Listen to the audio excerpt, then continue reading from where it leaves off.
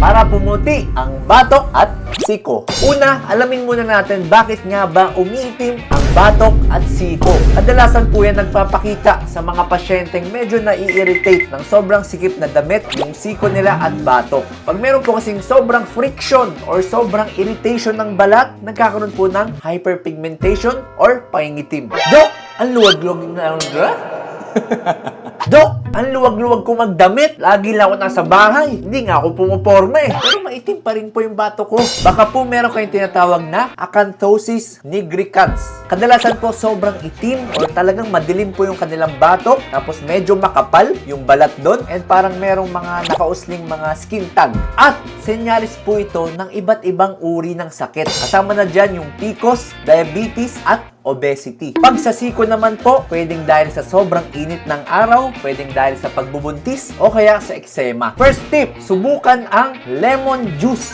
Mayaman po sa vitamin C at antioxidants ang lemon na makakatulong mag-brighten ang mga dark area sa batok at siko. Kunin ang lemon, hatiin sa gitna, kunin ang katas at ipahin sa siko at batok. Boss, may additional tip ako sa'yo. Kung gusto makascore, kunin ang natirang lemon, ihalo sa tequila at painumin kay Mrs.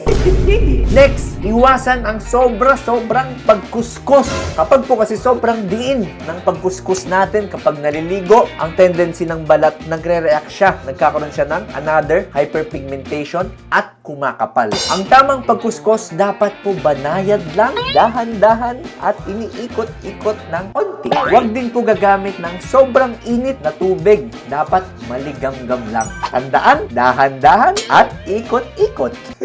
Dok, okay lang ba gumamit ng lufa? Yes, okay lang po. Basta wag masyadong madiin. Wag yung parang namumula na po yung balat nyo. At wag masyadong tatagalan. Next, gumamit ng moisturizer. Nakakatulong po to para ma-retain ang moisture at hindi maging dry yung area ng skin. Kapag po kasi mas dry, mas madali siya ma-irritate at mas mabilis po siyang mangitim. Next, subukan ang coconut oil. Meron po kasing exfoliating properties ang coconut oil. Ibig sabihin, kaya niya tanggalin yung mga dead skin cells sa tuktok ng balat para maiwasan ang pangitim. Bukod dito, mabisa rin siyang moisturizer. So, meron ka ng exfoliant, meron ka pang moisturizer. Next, alam nyo na po ito. Gumamit ng sunscreen. Wag na wag po kakalimutang pahiran ng sunscreen yung batok at siko dahil syempre apektado pa rin po yan ng sunlight. At kapag tumama po dyan ang sunlight, pwede po yan mag-cause ng pangingitim. At bukod sa topical sunscreen, yung mga pinapahid, meron po akong personal na ginagamit bilang additional na pangtulong or pang-supplement sa action nito. Subukan nyo rin pong gumamit ng oral sunscreen. Nabanggit ko na po ito sa mga iba kong videos. Ang oral sunscreen ay maganda na pang-supplement